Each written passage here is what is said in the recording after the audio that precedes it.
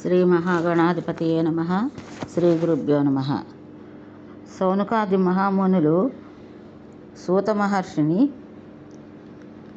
భాగవతంలో కొన్ని సందేహాలుంటే ఈ విధంగా అడుగుతున్నారు. సూత మహర్షి దివ్యము సర్వపాప వినాశకము అయిన శ్రీకృష్ణ చరితను ఆలకించాం. చాలా ఆనందంగా ఉంది. అయితే ఒక్క చిన్న సందేహం ఉంది, నువ్వు వివరించాలి దానికి. శ్రీకృష్ణుడు విష్ణుమూర్తి అవతారం అన్నావు కదా, అతడు మరి శివుణ్ణి ఆరాధించడం ఏమిటి? పార్వతీదేవి వరం ఇవ్వడం ఏమిటి? పార్వతీదేవి జగన్మాతకు అంశావతారం కదా, శివుడు అంతేనాయే. మరి వీరిద్దరినీ శ్రీకృష్ణుడు ఉపాసించడం ఏమిటో మాకు అర్థం కావటం లేదు అన్నారు సౌనకాది మహామునులు. సూతుడు ఇలా వివరించాడు. మహామునులారా, మీ సందేహానికి సమాధానం ఉంది. వ్యాసుడు చెప్పగా విన్నది నేను చెప్తున్నాను, ఆలకించండి. జనమేజయుడికి ఇలాంటి సందేహమే కలిగింది. మేధావి కదా, మా గురువుగారిని అడిగాడు. అది చెబితే మీ సందేహం కూడా తీరిపోతుంది. వ్యాస మహర్షి, కృష్ణుడు శివుణ్ణి ఆరాధించడం ఏమిటి? చాలా ఆశ్చర్యంగా ఉందే. తానే స్వయంగా సర్వేశ్వరుడై ఉండి సర్వసిద్ధిప్రదుడై ఉండి సాధారణ మానవుడిలాగా మరొక దేవుడిని ఉపాసించడం ఏమిటి? ఘోర నియమాలతో తపస్సు చేయడం ఏమిటి? వింతగా లేదు అన్నాడు జనమేజయుడు. వ్యాసుడు ఇలా సమాధానం చెప్పాడు. జనమేజయ, నువ్వన్నది నిజమే. శ్రీకృష్ణుడు నిజంగా జనార్దనుడే, సర్వకార్య నిర్వహణ సమర్థుడే. కానీ మనుష్య రూపం ధరించాడు కదా, అందుకని వర్ణాశ్రమ ధర్మాలను బట్టి మనుషభావాలను ఆచరించాడు.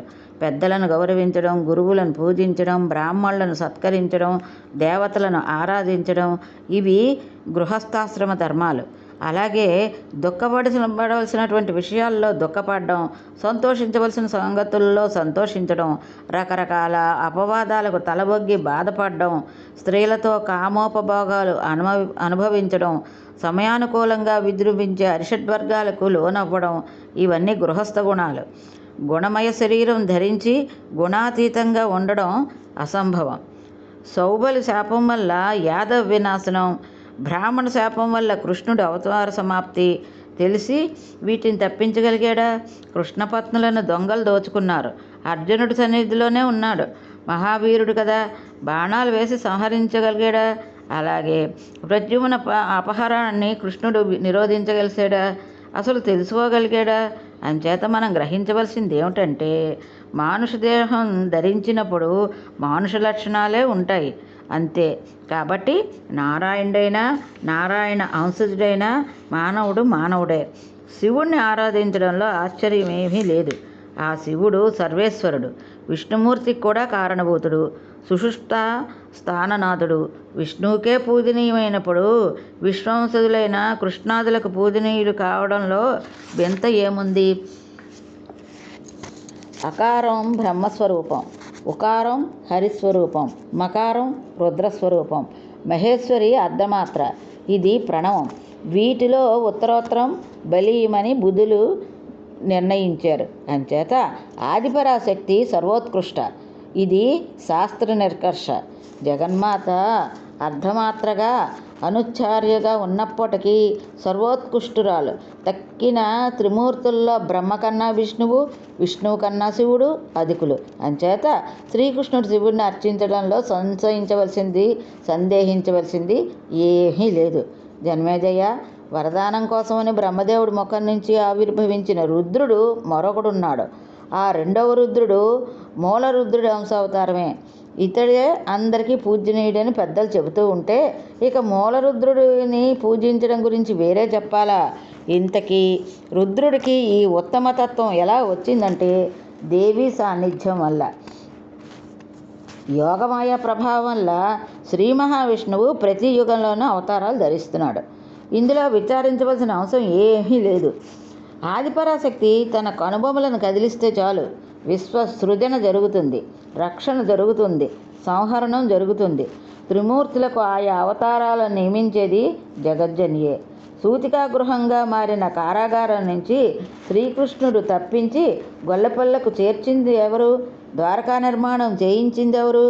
16,058 మంది అందగత్తెలను తన కళాంశలతో సృష్టించి శ్రీకృష్ణుడితో పరిణయమాడించింది ఎవరు? వారి విలాసాలకు అతన్ని దాసుడిని చేసింది ఎవరు? అంతా ఆదిపరాశక్తియే. ఎంత పురుషుడినైనా లోహపాశాలతో బంధించడానికి ఒక్క విలాసవతి చాలు. ఈయనకు 16,058 మంది పంజరంలో చిలకల్లా బందీ అయిపోయాడు. సత్యభామను కోరిక తీర్చడానికి పారిజాతం అపహరించి తెచ్చాడు. బల ప్రదర్శనలో శిశుపాలాదులను తరిమికొట్టి రుక్మిణీదేవిని రాక్షస పద్ధతిలో వివాహం చేసుకున్నాడు. ఈ అన్నిటికీ మూల కారణం అహంకారం. అదే శుభాశుభ కర్మలను చేయిస్తూ ఉంటుంది. ఈ స్థావర జంగమాత్మక సృష్టికి అంతటికీ అహంకారమే కదా కారణం. బ్రహ్మదేవుడు కానీ విష్ణుదేవుడు కానీ ఈ అహంకారాన్ని విడిచిపెడితేనే విముక్తుడవుతాడు. లేదంటే సంసార కర్మలు చేస్తూనే ఉంటాడు. అహంకార విముక్తుడు అహంకార బద్ధుడు. ధనము, గృహము, సంతానము, సోదరులు, ఇల్లాలు ఇవేవీ నిజానికి పెద్ద బంధనాలు కావు. ప్రాణకోటికి అహంకారం ఒక్కటే అసలైన బంధం. నేనే కర్తను, నేనే ఈ పని చేశాను, నేనే సమర్థుణ్ణి, ఇంకా ఇలా చేస్తాను, అలా చేస్తాను, చేస్తున్నాను అంటూ మానవుడు తన్ను తాను బంధించుకుంటున్నాడు. కారణం లేకుండా కార్యం పుట్టదు కదా. అహంకారమే అన్నింటికీ ఆది కారణం. మట్టి ముద్ద లేనిదే కుండ తయారు కానట్టు అహంకారం లేనిదే ఏ కార్యమూ ఉత్పత్తి కాదు. విష్ణుమూర్తి జగద్రక్షణ చేస్తున్నాడంటే అహంకారమే కారణం. లేకపోతే అంతగా చింతామగ్నుడై ఎందుకు ఉంటాడు? అవతార ప్రవాహంలో ఎందుకు మునుగుతాడు? అహంకారం నుంచి మోహం పుడుతుంది. మోహం వల్ల సంసారం ఏర్పడుతుంది. అహంకారమే లేకపోతే మోహము లేదు, సంసారము లేదు. సత్వ రజ స్తమో గుణాలు ప్రధానంగా భాషించే విష్ణు విరించి మహేశ్వరులు కూడా అహంకారబద్ధులే, అస్వతంత్రులే. విష్ణుమూర్తి తన ఇచ్ఛానుసారం అవతారాలు ధరిస్తాడని భావించే మూఢులు ఇప్పటికీ చాలామందే ఉన్నారు ఈ లోకంలో. ఎంతటి మందబుద్ధైనా గర్భవాస క్లేశాన్ని కోరుకుంటాడా? విద్వాంసుడైనా అసలు కోరుకోడు కదా. అటువంటిది వాసుదేవుడు అవతారాలను ఇచ్ఛాపూర్వకంగా ఎందుకు ధరించాడు? వైకుంఠవాసం కన్నా గర్భవాసం సుఖమా? కష్టాలు, క్లేశాలు, విచారాలు, దుఃఖాలు అనుభవించడం ఆనందదాయకమా? కాదు కదా. ఆ స్వతంత్రుడు కనుక తప్పనిసరి అవతారాలు ధరిస్తున్నాడు. స్వతంత్రుడైతే ధరించడు. మహారాజా, ఈ త్రిమూర్తులే కాదు, జగత్తంతా యోగమాయావశం. బ్రహ్మాది స్తంభ పర్యంతము మాయాతంత్ర నిబద్ధమే. సాలిగూడిలో సాలిపురుగై పరిభ్రమిస్తున్నారు. వ్యాస మహర్షి, యోగమాయ యోగశక్తి అంటున్నావు. నీ ప్రసంగంలో చాలా పర్యాయాలు ప్రసక్తి వచ్చింది. ఆ యోగేశ్వరి ప్రభావం ఏమిటో తెలుసుకోవాలని ఉంది. చరాచర జగత్ అంతా యోగేశ్వరి సముత్పన్నమే అని చెబుతున్నావు. దయచేసి అదేమిటో వివరించు అని తిరిగి జనమేజయుడు అడిగాడు. వ్యాసుడు సంబరపడ్డాడు. జనమేజయ, శాంతుడు శ్రద్ధావంతుడు అయిన శ్రోత అడిగింది చెప్పనివాడు పరమ మూఢుడు. అంచేత నీకు సవిస్తారంగా చెప్తాను, ఆలకించు. పూర్వకాలం మహిషుడు అనే దైత్యుడు మేరు పర్వత శిఖరం మీద 1000 సంవత్సరాలు తపస్సు చేశాడు. బ్రహ్మదేవుడు ప్రత్యక్షమై వరం కోరుకోమన్నాడు. వాడు సంబరపడి అమరత్వం అంటే మరణం లేని జీవితం ప్రసాదించమని అడిగాడు. దానికి చతుర్ముఖుడు ఉలిక్కిపడి, దైత్యవీర, పుట్టింది ప్రతీది గిట్టక తప్పదు, గిట్టింది ప్రతీది పుట్టక తప్పదు. జనన మరణాలు సకల ప్రాణకోటికి సహజధర్మాలు. మహాసముద్రాలకు మహాపర్వతాలకు సైతం ఎప్పటికో అప్పటికి వినాశనం తప్పదు. అంచేత నీ కోరిక ప్రకృతి విరుద్ధం. మరణానికి ఒక స్థానం విడిచిపెట్టి నీ ఇష్టం ఏదైనా కోరుకో, తీరుస్తాను అని అన్నాడు. అయితే పితామహ, పురుషుడి చేతిలో కానీ నాకు మరణం లేకుండా వరం ఇయ్యి. ఆడదైతే నన్నేమీ చెయ్యలేదు, అబల నన్ను చంపుతుందా? అసంభవం. అంచేత అబలను నా మరణానికి ఒక అవకాశంగా, ఒక స్థానంగా విడిచిపెడుతున్నాను అంటే అప్పుడు మహిషాసుర, ఎప్పటికో అప్పటికి ఆడదాని చేతిలోనే నువ్వే మరణిస్తావు. పురుషుడి వల్ల నీకు మృత్యుభయం లేదు అని వరం ఇచ్చి పద్మసంభవుడు అంతర్ధానం చెందాడు. మహిషుడు సంబరపడిపోతూ తన రాజధానికి చేరుకున్నాడు. జనమేజయ, ఈ మహిషుడు ఎవడు? మహిష రూపం ఎలా వచ్చింది? ఇలాంటి సందేహాలు నేను తొలిచేస్తూ ఉంటాయి. అవునా కాదా? అయితే విను, ఆ వివరాలు కూడా చెప్తాను. దానవ వంశానికి మూలపురుషుడు ధనువు. అతడికి 2 కుమారులు, రంభుడు, కరంభుడు అని వారి పేర్లు. ఇద్దరూ కూడా భూమండలంలో ఉత్తములుగా ఖ్యాతి చెందారు. కానీ ఆ ఇద్దరికీ సంతానం లేకపోయింది. ఆ దిగులుతో తపస్సులు చేశారు. కరంబుడు పంచనదంలో మునిగి తపస్సు తీవ్రంగా చేశాడు. రంభుడు దగ్గరలో ఉన్న సాలవృక్షం అధిరోహించి అగ్నిని ఉపాసించాడు. వీరి తపస్సులు ఇంద్రుని భయపెట్టాయి. మొసలి రూపంలో వచ్చి కరంబుడి పాదాలు పట్టుకుని నీళ్ళలోకి లాగి సంహరించాడు. ఇది రంభుడికి తెలిసింది. క్రుద్ధుడయ్యాడు. తలను ఖండించుకుని అగ్నికి ఆహుతి చెయ్యాలని సంకల్పించుకున్నాడు. ఎడమ చేత్తో జుట్టు పట్టుకుని కుడి చేత్తో తలను నరుక్కోబోయాడు. చటుక్కున అగ్నిదేవుడు వారించాడు. రంభాసుర, ఎంత మూర్ఖత్వం! నీ తలను నువ్వే నరుక్కుంటావా? చచ్చేమిటి సాధిస్తావు? ఆత్మహత్య మహాపాతకం. పిచ్చివాడా, విరమించు. ఏం కావాలో వరం కోరుకో అన్నాడు అగ్నిదేవుడు రంభుని చూసి. రంభాసురుడు జుట్టును ఖడ్గాన్ని విడిచిపెట్టి అగ్నిదేవుడికి చేతులు జోడించాడు. అగ్నిదేవ, నా తపస్సుకి నువ్వు సంతుష్టుడు అయితే త్రిలోక విజేతను పుత్రుడిగా అనుగ్రహించు.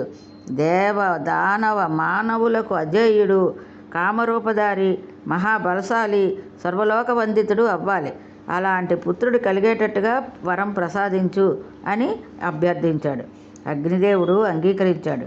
నీ మనసు ఏ కామినిపై లగ్నం అవుతుందో ఆమె వల్లే నీకు నువ్వు కోరుకున్న పుత్రుడు జన్మిస్తాడని చెప్పి అదృశ్యం అయ్యాడు.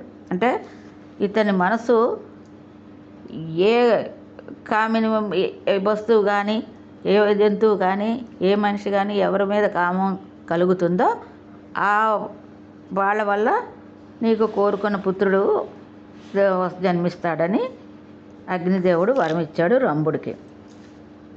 రంభాసురుడు అక్కడి నుంచి బయలుదేరి ఇంటికి వస్తూ దారిలో యక్షులు క్రీడిస్తున్న ఒక రమణీయ ప్రదేశాన్ని చూశాడు. అక్కడ ఒక గేదె అంటే మహిషి కనిపించింది. ఎదకు వచ్చి కామార్తయ్య విహరిస్తోంది. దాన్ని చూడగానే రంభుడి మనసు చెలించింది. ఆ గేదెతో సంగమించాడు. అది గర్భవతి అయ్యింది. దాన్ని తీసుకుని తన పాతాళ నగరానికి వెళ్ళిపోయాడు. దున్నపోతులను కాపలాగా పెట్టాడు. ఒక్క రోజున దున్నపోతు కామార్తె అయి ఆ రాజమహిషి అంటే ఆ గేదె వెంట పడింది. రంభుడు స్వయంగా వచ్చి ఆ దున్నపోతును ఎదిరించాడు. ఇద్దరికీ యుద్ధం జరిగింది. రంభుడి పిడిగుద్దులకు ఆ దున్నపోతు చలించిపోతూనే తల విసిరింది. బలమైన కొమ్ములతో గుండెల్లో పొడిచింది. వాడు నేలకు ఒరిగిపోయి గిలగిలా తన్నుకుంటూ రంభుడు ప్రాణాలు వదిలాడు. తన భర్త రంభుడు మరణించడంతో ఆ చూడుగేది దుఃఖాన్ని తట్టుకోలేక భయంతో పరుగులు తీసింది. యక్షులను శరణు వేడింది. కామమోహితమైన ఆ దున్నపోతు వెంబడి వచ్చింది. యక్షులు గమనించారు. గేదెను ఎలాగైనా కాపాడాలని అనుకున్నారు. యుద్ధానికి దిగారు. ఘోర యుద్ధం జరిగింది. కట్టకడపడికి దున్నపోతు మరణించింది. యక్షులు ఊపిరి పీల్చుకున్నారు. గేదెను ఓదార్చి ధైర్యం చెప్పారు. రంభుడి మృతదేహానికి అగ్నికార్యం కోసమని చితి పేర్చారు. కళేబరాన్ని తెచ్చి చితిపై పెట్టారు. నిప్పు ముట్టించారు. అల్లంత దూరం నుంచి చూస్తున్న చూడిగేదె దుఃఖావేశాన్ని తట్టుకోలేక పరుగున వచ్చి చితిలోకి ప్రవేశించింది. సహగమనం చేసింది. యక్షులు ఆశ్చర్యపోయి నిశ్చేష్టులై చూస్తున్నారు. అంతలోనే చితిమంటల్లోంచి మహిషుడు ఆవిర్భవించాడు. ఇతడే మన మహిషాసురుడు, రంభుడి కొడుకు. మహిష రాక్షస రూపాల కలయిక. తండ్రి రాజ్యానికి వారసుడై పట్టాభిషిక్తుడయ్యాడు. రంభుడు కూడా పుత్రవాత్సల్యంతో మరొక దేహాన్ని పొంది రక్తబీజుడై మహిషుడికి అనుచరుడు ఆంతరింకుడుగాను అయ్యాడు. అంటే రంభుడు చనిపోయిన తర్వాత పుత్రవాత్సల్యంతో రక్తబీజుడిగా జన్మించి ఈ మహిషాసురుడికి అనుచరుడుగాను ఆంతరింకుడుగాను అయ్యాడు. ఇది మహిషాసురుడి యొక్క జన్మ వృత్తాంతం. తర్వాత వరదర్పితుడైనటువంటి మహిషాసురుడు జగత్తునంతటిని వశం చేసేసుకున్నాడు. జగద్విజేత అనిపించుకున్నాడు. తన ఏలుబడిలోకి తెచ్చుకున్నాడు. నిరాటంకంగా ఏకచక్రాధిపత్యంగా పరిపాలన సాగించాడు. శిక్షరుడు సేనాపతిగా, తామ్రుడు కోశాధిపతిగా, అశిలోమ బిడాల భాష్కల త్రినేత్ర కాలబంధకాదులు దండనాయకులుగా, మహిషుడు విజృంభించి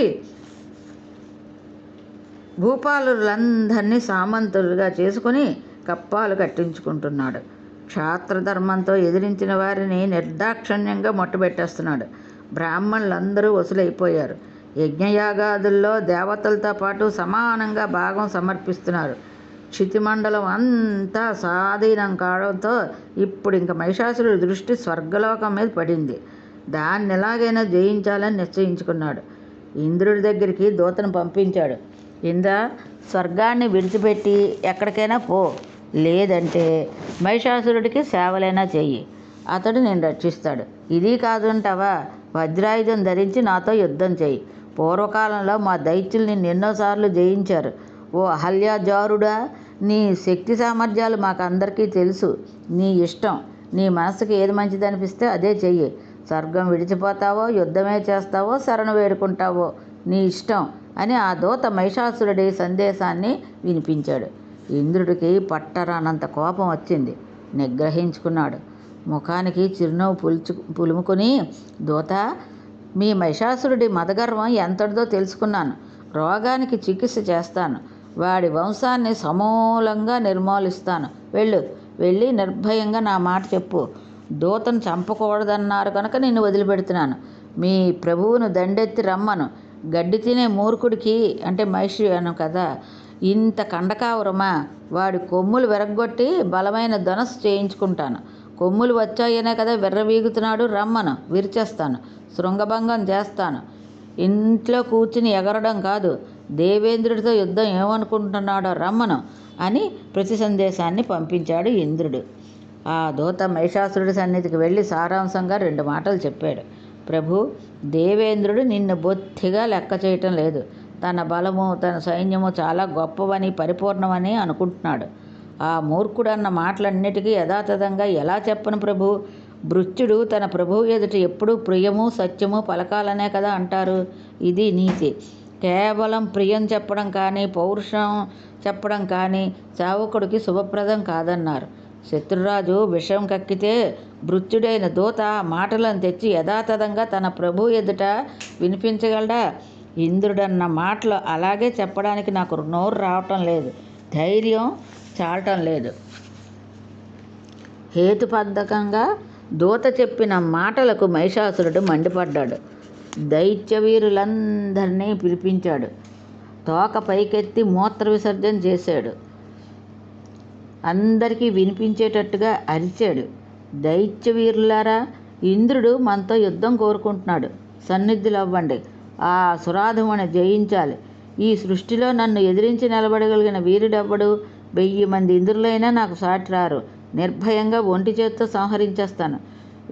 ఈ ఇంద్రుడు ముక్కు మూసుకుని శాంతచిత్తులై తపస్సు చేసుకునే మునీశ్వరులు ఎదుట మహాసూర్యుడు, కుటిలుడు, లంపటుడు, పరదారాపహర్త, అప్సరసలే వీడి బలం. తపస్సులను ధ్వంసం చేయడమే వీడి ప్రతాపం. ఖలుడు, అల్పాయుధుడు, నిత్యపాపి, విశ్వాసఘాతకుడు, సంధి చేసుకుని నమ్మించిన నముచి దైత్యుణ్ణి మట్టుబెట్టాడు. మోసం చేసి పొట్టను పెట్టుకున్నాడు. విష్ణుమూర్తి ఒకడు నిత్య కపటి, కుహకుడు. ఎన్నెన్ని వేషాలు వేస్తాడో, ఎన్నెన్ని రూపాలు ధరిస్తాడో, చివరికి పంది రూపానికైనా వెనుకాడలేదు. హిరణ్యాక్షుడికి అలాగే కదా సంహరించాడు. నరసింహరూపం ధరించి హిరణ్యకశిపుని చీల్చి వధించాడు. నేను ధనుపుత్రుణ్ణి. వీళ్ల కుత్సితాలకు, కుతంత్రాలకు లొంగను. దేవతలను చస్తే నమ్మను. చూస్తా ఆ ఇంద్రుడు ఏం చేయగలడో, ఉపేంద్రుడు ఏం చేయగలడో. రణరంగంలోకి దిగితే రుద్రుడైనా నన్ను ఏమీ చేయలేడు. దిక్పాలకులను, శచీపతిని తరిమికొట్టి స్వర్గ సామ్రాజ్యాన్ని కైవసం చేసుకుంటాను. అటుపైన మనమే యజ్ఞాహ విర్వోక్తులం. సోమపానం మందే, స్వర్గలోకం మందే. స్వేచ్ఛగా విహరిద్దాం. నాకున్న వరం మీ అందరికీ తెలుసు కదా. దేవదానవులు నన్నేమీ చేయలేరు. ఏ పురుషుడు నన్ను సంహరించలేడు. ఇక ఆడది నన్నేం చేయగలుగుతుంది? దైత్యవీరులారా, నిర్భయంగా ఉండండి. కయ్యానికి కాలు దవ్వండి. పాతాళం నుంచి, పర్వతాగ్రాల నుంచి దానవీరులందరినీ ఆహ్వానించండి. యుద్ధానికి తరలి వెళదాం. నిజానికి నేను ఒక్కడనే సకల దేవతలను జయించగలను. కానీ దానవులారా, శోభ కోసమని మిమ్మల్ని అందరినీ పిలిచి తీసుకువెళ్తున్నాను. నాకేం భయం లేదు. ఈ కొమ్ములతో, ఈ గుట్టలతో దేవతలను చీల్చి చెండాడుతాను. వరం ఉంది కదా, మనకు తిరుగులేదు, మరణం లేదు, అపజయం లేదు. అందరూ సన్నిధులు కండి, బయలుదేరండి. దేవలోకాన్ని జయిద్దాం, నందనవనంలో విహరిద్దాం, మందార కుసుమాలు అలంకరించుకుందాం, అప్సరసలతో క్రీడిద్దాం, కామధేనువు పాలు తాగుదాం, సుధాపానం చేద్దాం, గంధర్వ గీతాలు ఆలకిస్తూ నృత్యం చేద్దాం, రకరకాలైన మద్యాలు ఆసవాలు మనకి అందిస్తూ రంభ, ఊర్వశి, మేనక, ఘృతాచి, తిలోత్తమ మొదలైన అప్సరసలు నృత్యం చేస్తూ మనకి ఆనందం కలిగిస్తారు, రంజింపచేస్తారు. ఇవాళనే స్వర్గానికి పోదాం, సిద్ధమవ్వండి. యుద్ధ ప్రయాణానికి మంగళాచరణం చెయ్యండి. మన గురువైనటువంటి శుక్రాచార్యుని పిలవండి, అర్చించండి, జయప్రదమైన యజ్ఞం చేసి ఆశీర్వదించమనండి. ఇలా దైత్యనాయకులను ఆ మహిషాసుడు ఆజ్ఞాపించి ఉత్సాహంతో ఉబ్బు తబ్బైపోతూ త్వరగా తన మందిరం చేరుకున్నాడు. ఇంతటితో ఈరోజు దైవీ భాగవతం స్వస్తి.